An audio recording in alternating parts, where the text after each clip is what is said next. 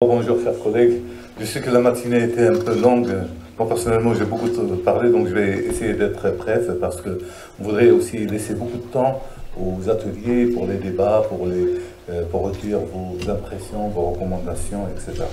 Alors, comme ça a été dit, l'Université de Noto-Fail, suite à la décision du Conseil, a chargé la commission pédagogique et un nombre de professeurs à mettre en place une enquête pour recenser, pour écouter toutes les parties prenantes dont j'avais parlé.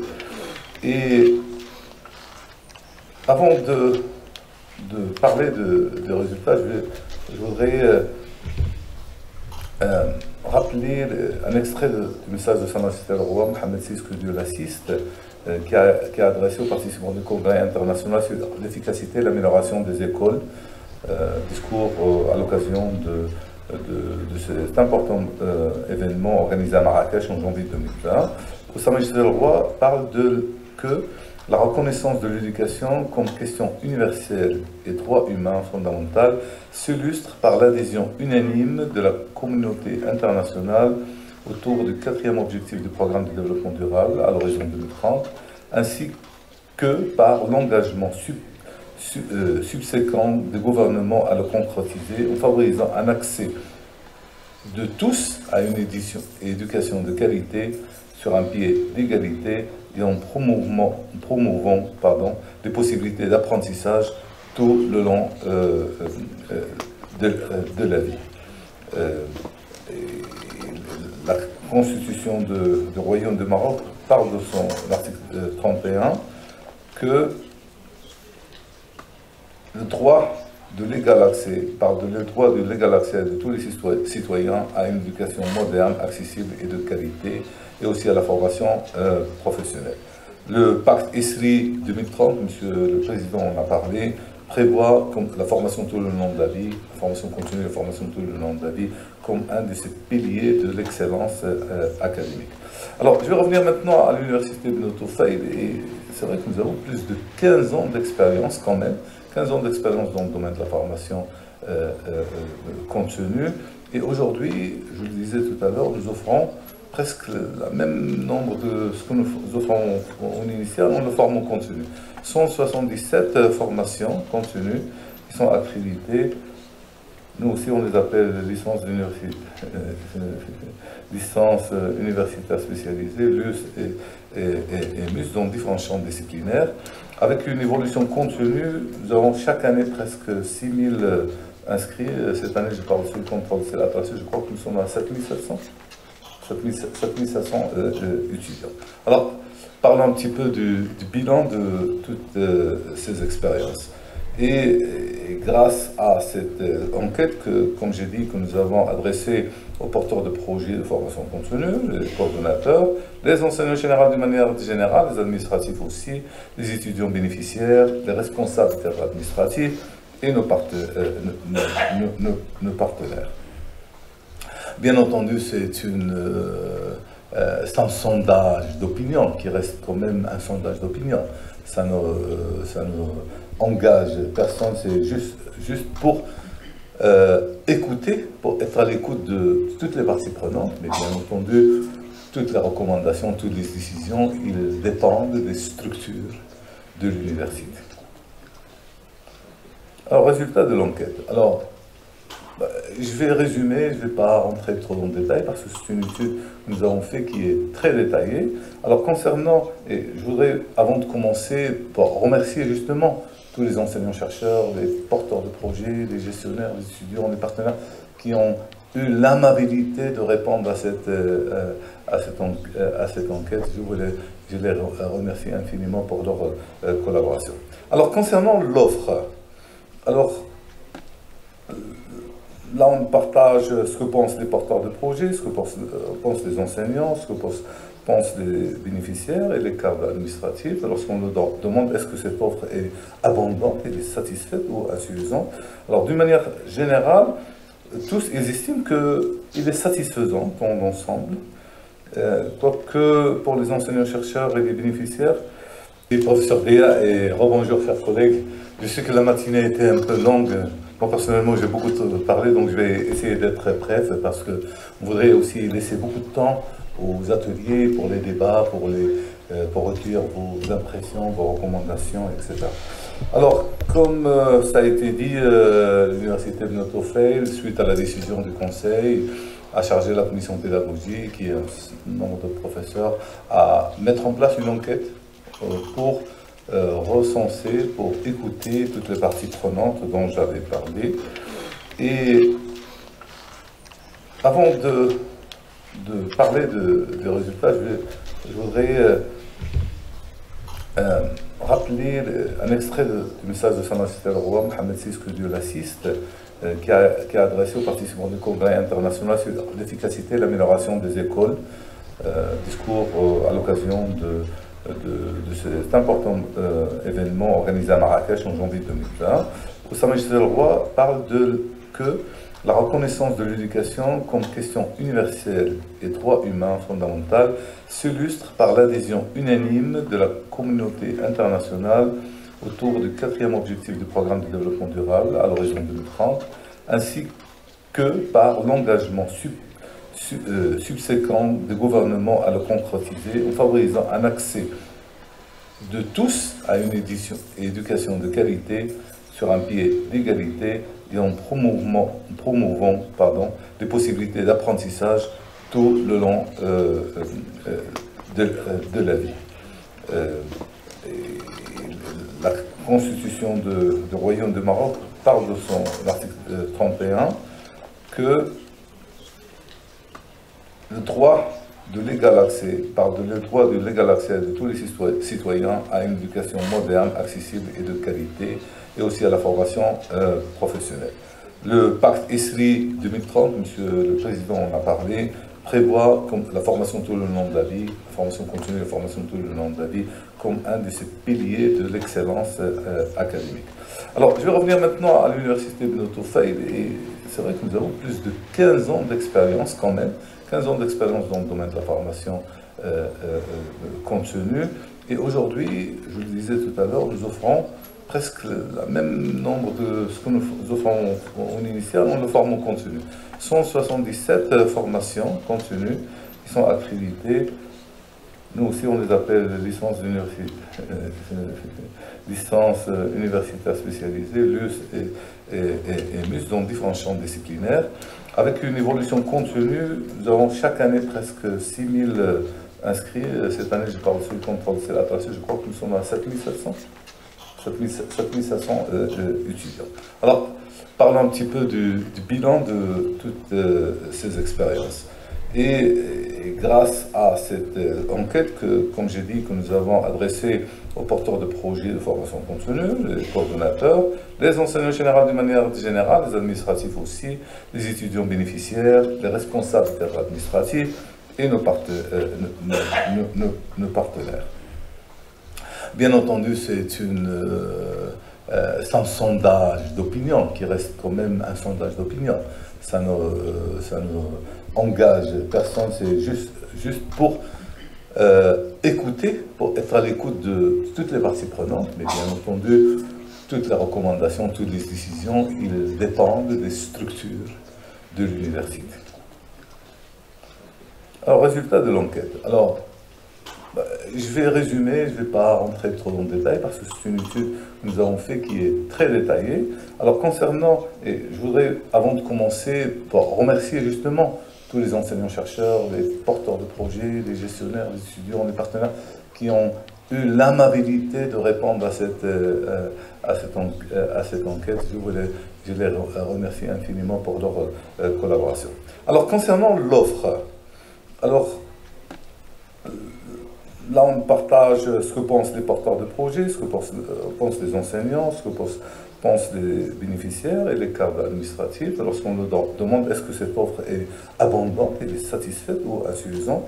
Alors, d'une manière générale, tous ils estiment qu'il est satisfaisant dans l'ensemble, quoique pour les enseignants-chercheurs et les bénéficiaires, il est un peu insuffisant, et pour les porteurs de projets, administratifs, il est abondant. Et là, on voit qu'ils ne sont pas toujours d'accord. En tout cas, l'idée est de diversifier l'offre de formation et accompagner le tissu socio-économique en étudiant les exigences sociales, sociétales pour une meilleure société du savoir et aider l'économie nationale.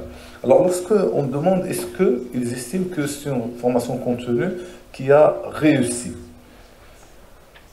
a très peu réussi ou a très bien réussi, alors tout le monde est d'accord que ça a réussi.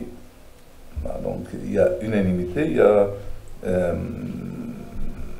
une minorité qui estime que ça a réussi très bien ou très peu, mais de manière générale, je dirais que on est conscient que c'est une réussite, et c'est le cas d'ailleurs, mais peut-être il y a des choses à améliorer.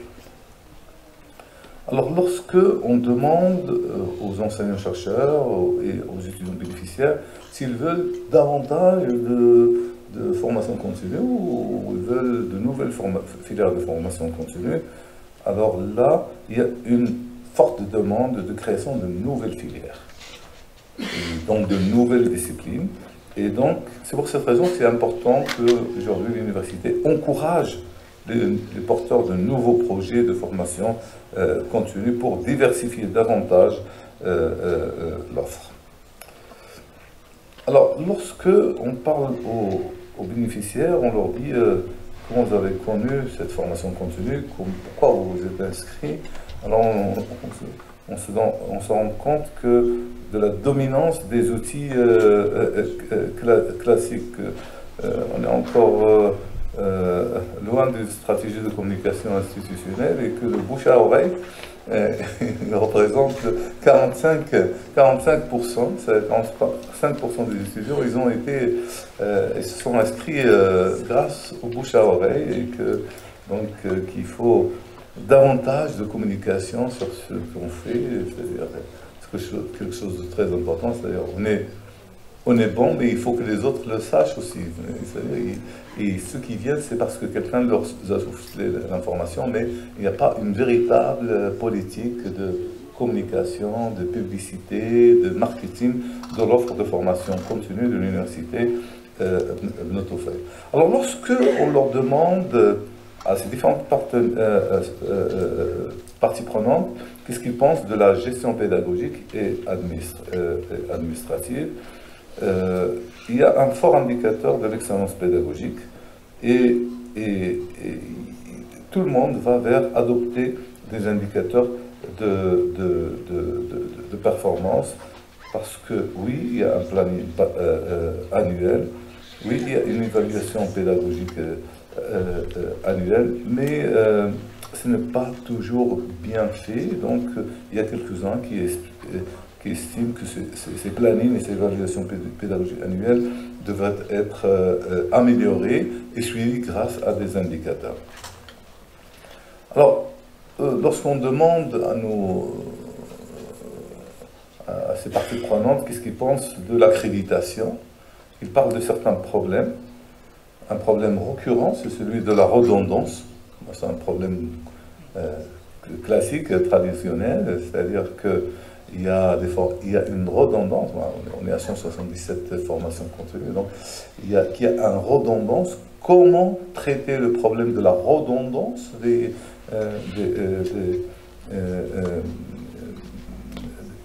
formations continues? Il y a beaucoup de personnes qui estiment que les procédures d'accréditation devraient être améliorées, que la façon avec laquelle les filières sont accréditées n'est pas optimale, et donc il faudrait faire un effort pour améliorer les procédures, mais aussi en ce qui concerne le traitement des demandes d'accréditation. C'est-à-dire, malgré que c'est des diplômes d'université, le temps qui passe entre l'idée d'une formation continue jusqu'à son accréditation par le conseil de l'université, donc l'autorisation d'ouverture, c'est une durée quand même importante. Et donc il y a beaucoup de collègues qui estiment qu'on devrait trouver la façon pour être plus réactif. C'est-à-dire, lorsque j'ai une proposition de formation continue, je devrais être capable de l'ouvrir très rapidement. Alors, en ce qui concerne l'effectif, des effectifs. C'est-à-dire, est-ce qu'on considère qu'il y a trop d'étudiants dans les formations continues? Parce que quand même, les formations continues, ça doit être des groupes limités, parce que c'est de l'encadrement de proximité, il faut que le taux d'encadrement soit bon. Alors, les porteurs de projets, ils estiment qu'il devrait y avoir de 30 à 50 étudiants par formation. Il y a d'autres qui estiment qu'il devrait avoir plus de 50, mais très peu de porteurs de projets estiment qu'il devrait y avoir moins de 30. Par contre, les enseignants-chercheurs, ils estiment, la plupart, qu'on devrait limiter entre 30 à 50 les groupes pour que les enseignements se fassent dans de bonnes conditions, que c'est la taille idéale du groupe de formation continue. C'est l'avis aussi des cadres administratifs sont similaires, et les bénéficiaires ils sont partagés entre moins de 30 et de 30 à 50. Mais ce qui est clair, c'est que aussi bien les enseignants-chercheurs que les bénéficiaires, que les cadres administratifs estiment que des effectifs de plus de 50, c'est un peu compliqué à gérer, que ce soit en classe, que la gestion administrative, etc. Porteurs de projets, ils sont partagés sur cet avis. Ensuite, la plupart, ils estiment porter un projet de formation continue, c'est quelque chose, c'est une tâche qui est lourde, et que on ne devrait pas avoir plus de deux filières de formation continue par professeur. Alors, les porteurs de projets sont partagés, une filière, deux filières, pas plus. Des enseignants-chercheurs, ils estiment dans les trois quarts que ça devrait être une seule filière par formation continue par enseignant-chercheur. C'est à peu près l'avis des cadres administratifs, mais il y a d'autres, bien sûr, qui sont en minorité, qui demandent c'est possible qu'il y ait deux filières. Alors, en ce qui concerne le mode d'enseignement, tout le monde est d'accord pour qu'il faut donner dans la formation continue plus d'importance à l'enseignement en ligne. C'est-à-dire que l'enseignement en ligne devrait être plus présent. C'est tout à fait normal parce que les agendas contraignants des apprenants dans la formation continue ne sont pas les agendas via les étudiants qui viennent en classe, en licence, master, etc. C'est des gens qui sont des cadres d'entreprise, c'est des gens qui travaillent, etc. Et donc, ils ont un agenda très contraignant. Parfois, comme parlait Monsieur le Président tout à l'heure, il nous vient d'autres cieux nationaux, pourquoi pas internationaux, je suis en train de parler, pourquoi pas l'Afrique, et donc la majorité des parties prenantes ou des personnes qui ont participé demandent à ce qu'on introduise davantage le mode hybride les formations.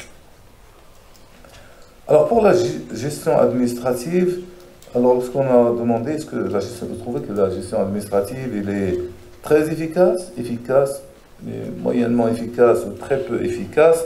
Alors les porteurs de projets, ils disent que c'est moyennement efficace. Les enseignants-chercheurs et les bénéficiaires, on voit que tout le monde n'est pas content de la gestion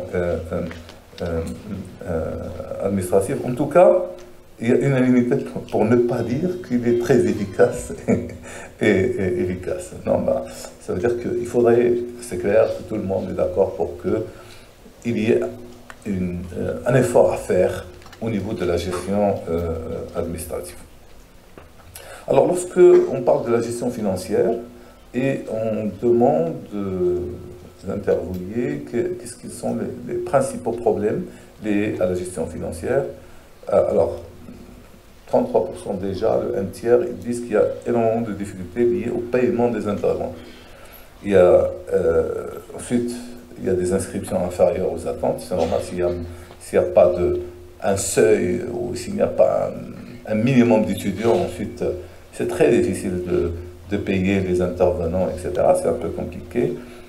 Il y a des retards dans le paiement des étudiants, c'est-à-dire il y a des étudiants qui ne payent pas les échéances au moment nécessaire, au moment accordé, et donc ça entraîne des retards aussi dans les programmes d'emploi, etc. Et il y a des problèmes de facturation et en moins mesure des gestions de remboursement, des annulations, des difficultés à offrir des options de paiement flexibles, mais tout le monde a parlé de problèmes, très peu de 2 à 3% qui estiment qu'il n'y a pas de problème, c'est-à-dire que tout le monde trouve que la gestion financière, il doit être améliorée. Alors, lorsque nous avons demandé qu'est-ce qu'ils pensent nos chers internautes, ou nos chers, parce que c'était une enquête en ligne où les enseignants, les administratifs, etc., ils se sont identifiés et ensuite ils ont dit leur opinion. Alors, ils considèrent que dans la gestion financière, le suivi de paiement et les moyens, et donc il y a des améliorations à faire en ce qui concerne le suivi du paiement. Et le barème d'indemnité, ils estiment qu'il est suffisant et que la nouvelle plateforme de la formation continue, là ça réjouit le cœur, c'est-à-dire que tout le monde est d'accord que la nouvelle plateforme de gestion financière de la formation continue, tout le monde est d'accord parce qu'elle est excellente, donc parce que ça permet d'éliminer énormément d'étapes bureaucratiques qui retardent, disons, l'opération. Nous sommes contents de voir l'opinion des collègues sur cette plateforme.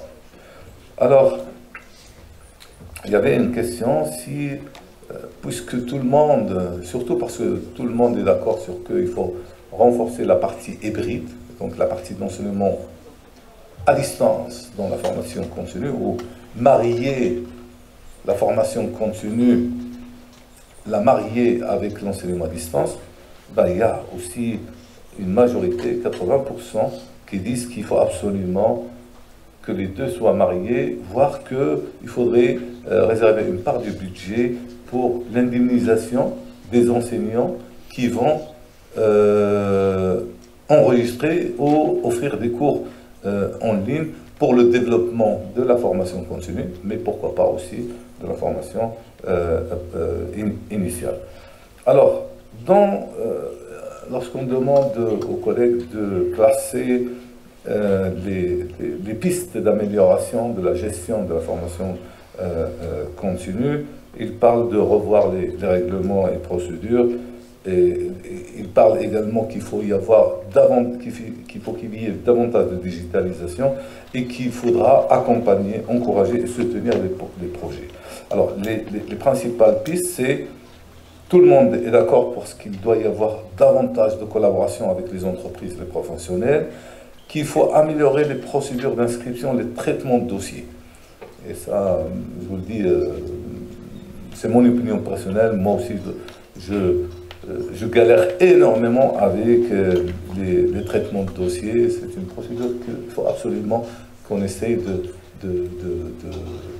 réfléchir ensemble, grâce à l'intelligence collective, comment prendre les bonnes décisions, comme celle que nous avons prise avec la plateforme de gestion financière et qui a permis de débloquer énormément ou d'accélérer énormément de paiements et une gestion financière plus moderne et plus agile, quoi.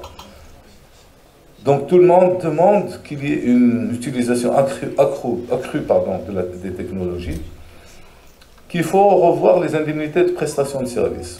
Là, je peux vous dire que tout le monde est d'accord, même au niveau du ministère, parce qu'ils disent, tout le monde estime que les barèmes de la décision conjointe, elles ne sont pas toujours adaptés, on va dire, on ne font pas justice au travail qui est réalisé.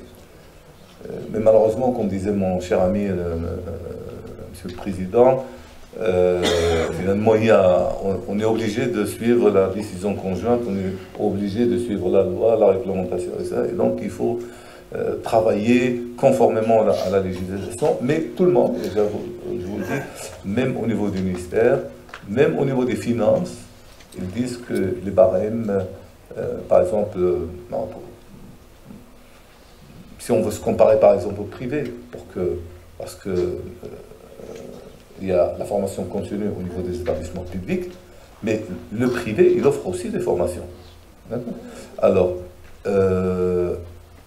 aujourd'hui, on n'est pas capable d'attirer des meilleurs intervenants, professeurs, si on se compare au privé. Parce que le privé, il paye beaucoup mieux que le public. Alors, si on veut que le public reste compétitif sur, on va dire, on va appeler ça l'industrie de l'enseignement supérieur, parce que, soyons clairs, bientôt, et ça c'est une réalité, peut-être on évite de regarder, on regarde ailleurs, et bien sûr, dans très peu de temps, je ne vais même pas parler de temps, j'ose même pas parler de temps, un de nos étudiants, de deux apprenants, il va décider de s'inscrire dans l'université je ne sais pas, de Paris, de Sorbonne ou de MIT.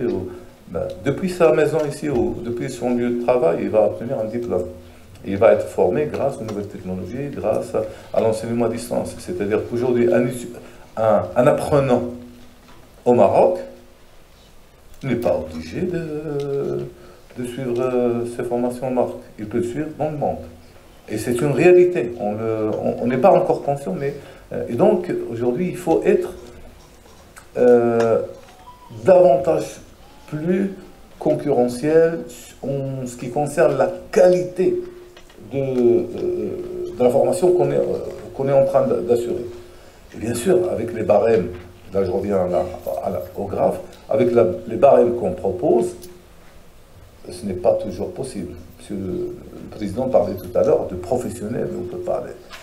Parfois, il demande, comme vous avez très bien dit, plus de 5000 dirhams la journée. C'est pas, comment on va payer ça? Et donc, là, tout le monde parle on attend là toujours cette nouvelle décision conjointe qui est aujourd'hui en cours de négociation. J'espère qu'il va résoudre ces problèmes d'indemnité et on pourra payer tous les intervenants, bien les payer, mais conformément à la loi.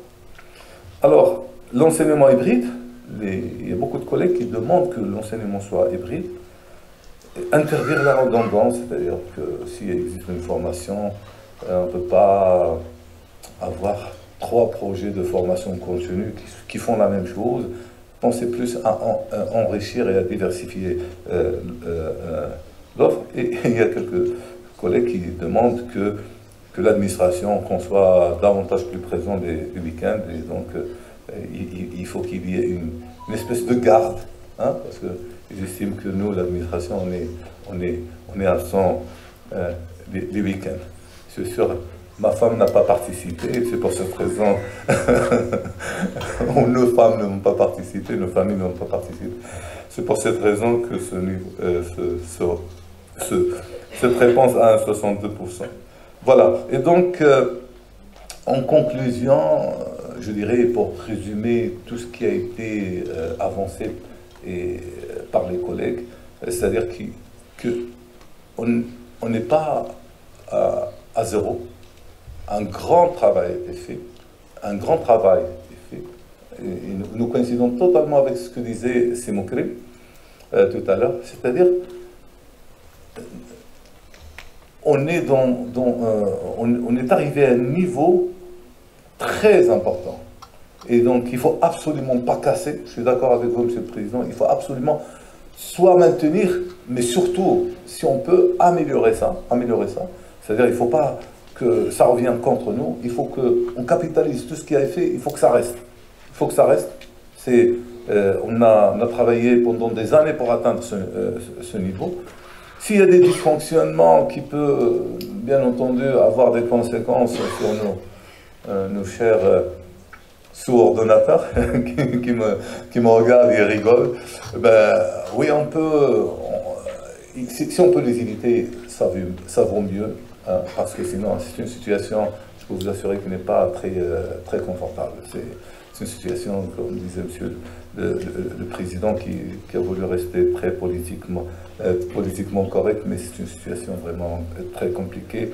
Et franchement, je dois le féliciter pour cette adhésion de toute l'équipe de la présidence et des établissements pour travailler en tant que groupe. Parce qu'il ne s'agit pas de laisser quelqu'un à la merci de cette situation. C'est des décisions qui ont été prises dans des conseils, etc. Mais après, a posteriori, c'est facile de dire que il ne fallait pas faire ça. Mais il fallait être en ce moment-là et prendre des bonnes décisions. En tout cas, je vous félicite, monsieur le président, pour l'approche que vous avez suivie en tant qu'équipe soudée au niveau de l'université Hassan El-Awwal pour passer cette tempête importante dont vous nous avez parlé. Donc, justement, on attend cette décision conjointe au niveau du ministère, mais nous aussi, on va essayer de repenser l'arsenal réglementaire organisationnel pour améliorer cette offre qu'on veut surtout non seulement garder, mais améliorer. Et l'objectif final, et c'est l'objectif de ces assises, répondre et accompagner cette évolution. Tout à l'heure, je parlais d'une concurrence qui bientôt va être rude. N'oublions pas, maintenant que je sais qu'on n'est pas, bon, si on est enregistré, mais le privé, il y a des universités, il y a des établissements privés qui ont une reconnaissance. D'accord? Nous avons, monsieur le président parlait tout à l'heure qu'on pouvait, la loi dit, qu'on peut demander l'équivalence. Qui va demander, c'est pas clair, est-ce que l'étudiant, est-ce que l'établissement, etc. Mais il y a beaucoup d'établissements privés qui offrent la même chose, mais qui ont une reconnaissance de leur diplôme. Et ça, c'est un point dont on ne parle pas, mais c'est une véritable menace pour la formation continue à l'université publique. Voilà, chers collègues, je ne voulais pas prendre davantage de temps.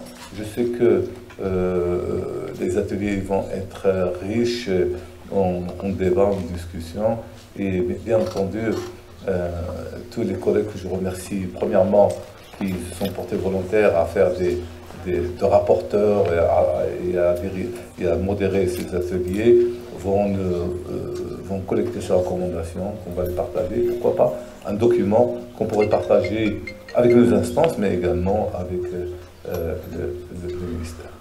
Merci beaucoup, chers collègues.